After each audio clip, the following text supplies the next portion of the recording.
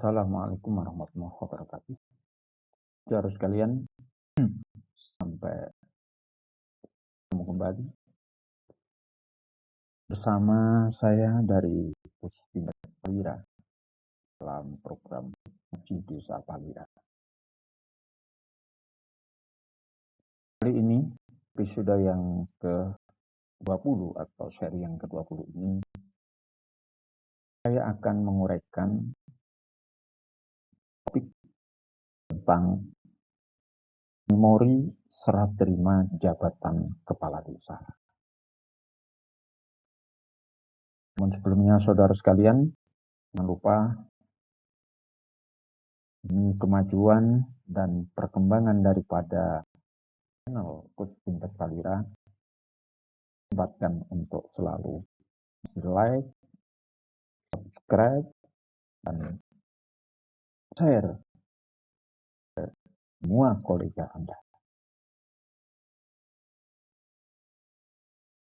Berikutnya adalah bahwa program ini kebetulan juga kerjasama dengan sebuah perusahaan herbal, obat herbal madu bawang, produk dari Aba Mustafa, mana produk ini atau madu bawang ini sangat anjur untuk mencegah bupati, akan juga memulihkan kesehatan kita terhadap semua, terutama penyakit dalam. Dan apabila harus kalian juga minat untuk mengkonsumsinya, atau bahkan juga berminat untuk menjadi agen distributor, silakan hubungi kontak person yang ada di atas. Baiklah saudara, kita mulai pembahasan memori serah terima jabatan kepala desa. Berdasarkan pada Permendagri nomor 46, tepatnya ada di pasal 6 ayat 2. Di ayat inilah mengatur adanya kewajiban bagi seorang kepala desa setelah purna lalu dilimpahkan pada kepala desa baru yang terpilih, tidak hanya sekedar ditinggal diserahkan begitu, tapi harus juga menyampaikan dokumen yang disebut dengan memori serah terima jabatan kepala desa. Hal ini juga diatur dalam Permendagri nomor 82, juga dikuatkan pada Permendagri nomor 82 tahun 2015, dan juga 66 tahun 2017. Memori serah terima jabatan kepala desa yang saya sebut dengan akronimnya adalah STJ Kades. Memori ini merupakan dokumen yang bukan dokumen yang dibuat oleh kepala desa. Tentunya kepala desa tidak sendiri. Yang menyiapkan memori ini tentunya adalah pemerintah atau sekretariat daripada pemerintah desa.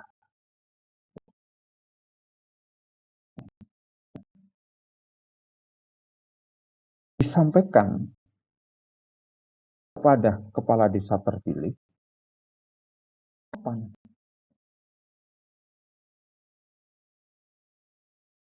Permendagri nomor 82 dalam pasal 5 ayat 3 dan 4 bahwa memori serah terima jabatan ini diserahkan bersamaan ketika kepala desa dilantik.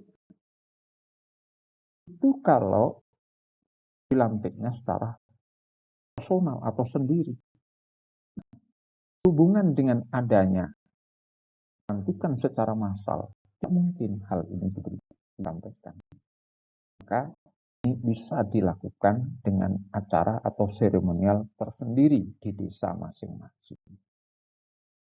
Dengan catatan tentunya jangan terlalu lama. Begitu setelah dilantik, 1-2 hari, segeralah acara ini atau acara serah terima jabatan itu dilakukan. Dan memori serah terima jabatan disampaikan.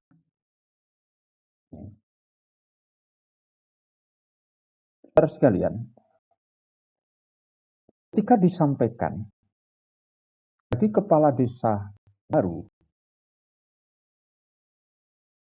sebaiknya tidak hanya asal menerima saja. Tapi sebelum ditandatangani dalam berita acara serah terimanya, memori ini harus dicek, cross check kebenarannya, terutama terkait dengan data aset desa, tanah milik desa, inventaris desa, keuangan desa. Biar apa? Apa yang tertulis di dalam memori itu memang faktanya ada, real ada. Jika tidak demikian, maka sangat dimungkinkan adanya aset-aset desa yang tiba-tiba menjadi hilang. Karena di dalam memori serah terima ini juga tidak tercantum lagi, tidak terdaftar lagi. Ini perlu koordinasi sebelumnya. Tidak harus menunggu setelah dilantik. Sebelum dilantik perlulah komunikasi, koordinasi antara mantan kepala desa dengan kepala desa baru. Diklikkan isi daripada memori serah terima ini. Pada saat acara serah terima jabatan nanti itu sudah clear dan tidak ada masalah. Itu hanya menjadi seremonialnya saja atau secara formalitasnya. Yang substansial adalah itu pada saat sebelumnya itu. Apa ini saya tekankan supaya nanti rakyat tidak dirugikan. Rakyat tidak dirugikan. Sebab seringkali terjadi ganti kepala desa, barang-barang milik desa juga ikut lenyap. Bahkan tidak hanya barang inventaris atau benda bergerak. Yang tidak bergerak itu loh lenyap. Lenyap apa? Datanya.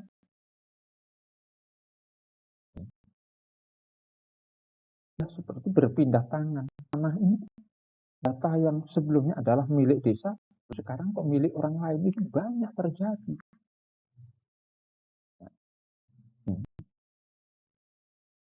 Masyarakat juga harus teliti. Memori serah terima jabatan ini pun juga masyarakat sebaiknya juga harus berpartisipasi untuk proses apa-apa.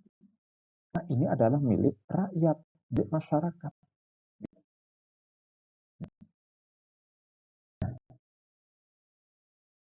Itu saudara sekalian.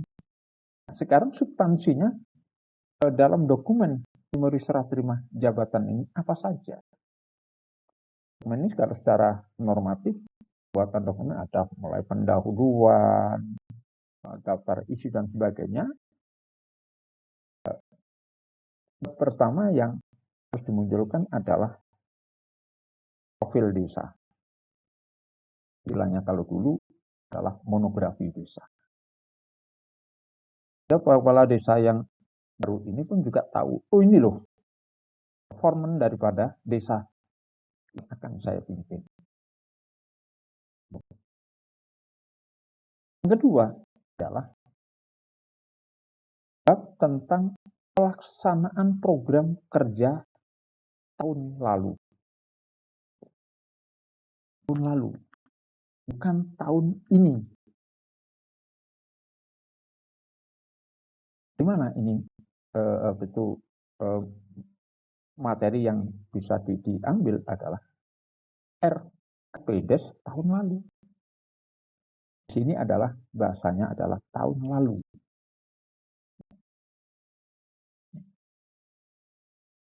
Berikutnya adalah rencana program yang akan datang.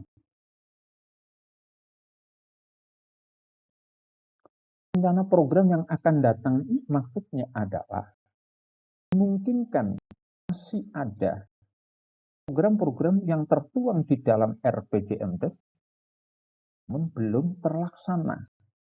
Karena selesainya RPJMDes tentunya adalah sampai 3 bulan setelah kepala desa dilantik. Tapi masih berlaku RPJMDes lama sebelum adanya RPJMDes baru. Mana yang belum terlaksana ini harus dilaporkan, dituangkan di situ. Kemudian kegiatan-kegiatan yang sudah terselesaikan. Ini adalah untuk yang tahun berjalan. Dimungkinkan ada serah terima jabatan itu ada di pertengahan tahun anggaran. Sebenarnya kalau pada bulan Juli atau April, tentunya masih ada program KPDes untuk tahun 2000 tahun ini, kemudian KPDesnya dan berarti masih ada program yang belum terlaksana. Kegiatan-kegiatan yang sekarang sedang yang sudah diselesaikan tahun anggaran ini, kemudian rencana kegiatan yang masih sisa sampai dengan akhir tahun anggaran ini apa saja.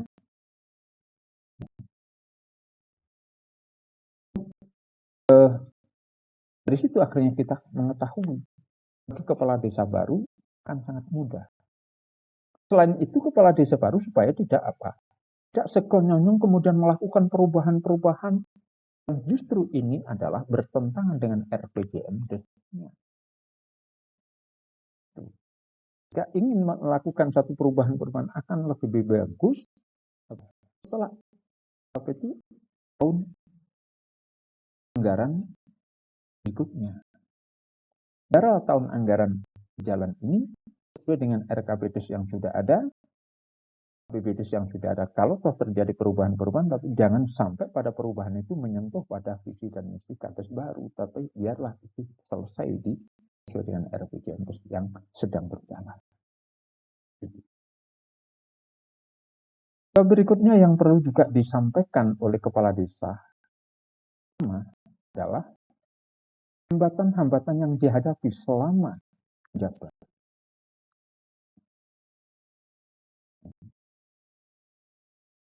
Kemudian upaya-upaya yang telah dilakukan selama menjabat. Dan sisa persoalan yang belum tuntas. Supaya ini akan diteruskan oleh kepala desa baru. Ya, masyarakat tidak kaget. Ganti kepala desa, total ganti, tidak karu-karuan. RKPDes menjadi tidak ada gunanya. APBD dilaksanakan suka-suka dan sebagainya. Ini jangan sampai terjadi. Yang terakhir dalam dokumen memori ini adalah daftar inventaris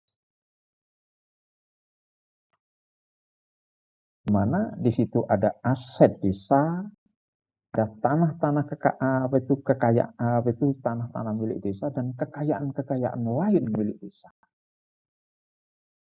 Ini harus terdata semuanya dalam daftar ini. Daftar inventaris ini baik yang tidak bergerak maupun yang bergerak. Asetnya, kemudian juga sampai dengan kekayaan-kekayaan. Itu substansi daripada memori serah terima jabatan kepala desa.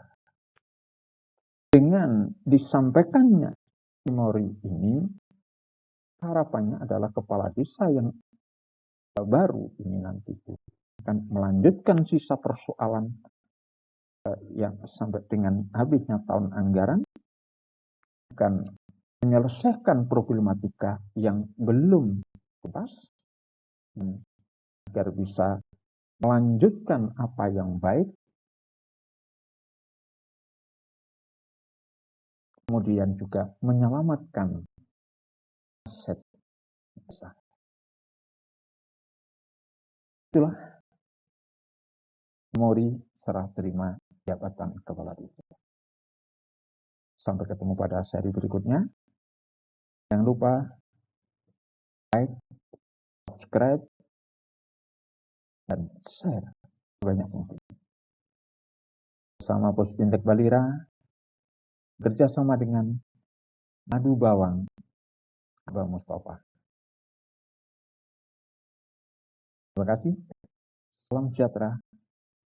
Assalamualaikum warahmatullahi wabarakatuh.